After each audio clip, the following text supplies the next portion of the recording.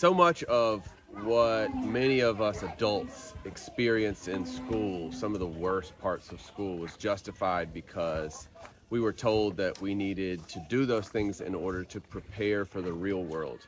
Like we had to wait for the bell to tell us when to go, we had to ask permission to use the bathroom, even had to cram for these tests, memorize all this vocabulary word, like experience a lot of trauma around learning, no joy. Because if we didn't do that, then we wouldn't be able to compete in this world that is cutthroat and high stakes. And then something kind of happens where, especially I think for families at a school like Isla, our families decided on their own independently to leave that. They became entrepreneurs, digital nomads, type of people that choose a different life. And when they're thinking of school and education, are they thinking like, let me provide some trauma for my child so that they are prepared for that, grueling rat race of what's out there?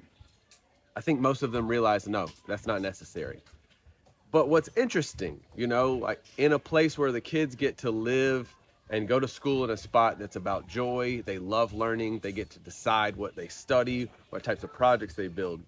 What is interesting is that they're also members of this world. They watch films, they hear from family members, they know what types of experiences exist. They read, they know that some kids experience trauma by cramming vocabulary words. They know that some kids have to sit through these very rapid time-based tests, or they have to have their scores posted on the wall. They have to do these high-stakes science fairs. And what ends up happening in a place where students own their own learning is that the kids actually will come to us. They'll come to our teachers and they'll start asking for those experiences.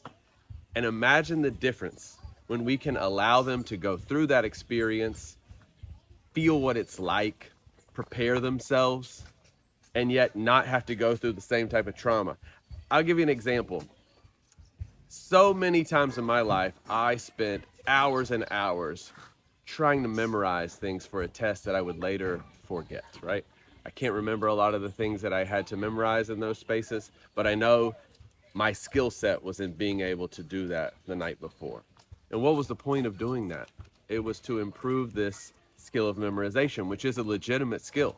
It's really good to have a strong memory. You can do a lot of things with it.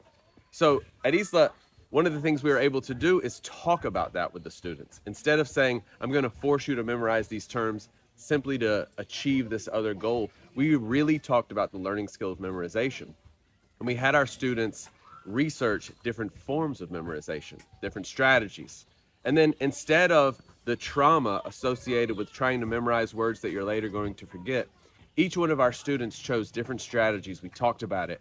We prepared by researching and memorizing up to 100 terms in an AP psychology course. And then at the end, the measure wasn't about how many we memorized and does that make us smart or intelligent or a good student. Instead, it was, what did that strategy do for us? Did we enjoy that strategy? Was it effective? So our students came out of that experience having the opportunity to hear from other people's experience about how they memorized. They got to go through one strategy themselves. They got to reflect. And oh, by the way, they learned some terms. In another story, we had students who said, I've seen on television that there are these science fairs with ribbons and everyone has to make these same trifold boards. So when they were designing their presentation day, they wanted to go through that experience. It's just really interesting what happens if you trust kids. We don't have to force these types of experiences on kids to try to prepare them for some world that maybe they're never going to go to. Instead, I'm trying to prepare our students and my own children for a world in which they drive their own learning, they make their own decisions. They don't just do things simply because they have to, but they get to be the leader, right? I don't think that we are preparing our children for the local factory or the local industry. And I think most of the families that come here realize that. We are preparing them for a world that is mysterious, it's unknown, it's ever changing, and one in which they are most likely going to be the leaders of their own business and certainly of their own life.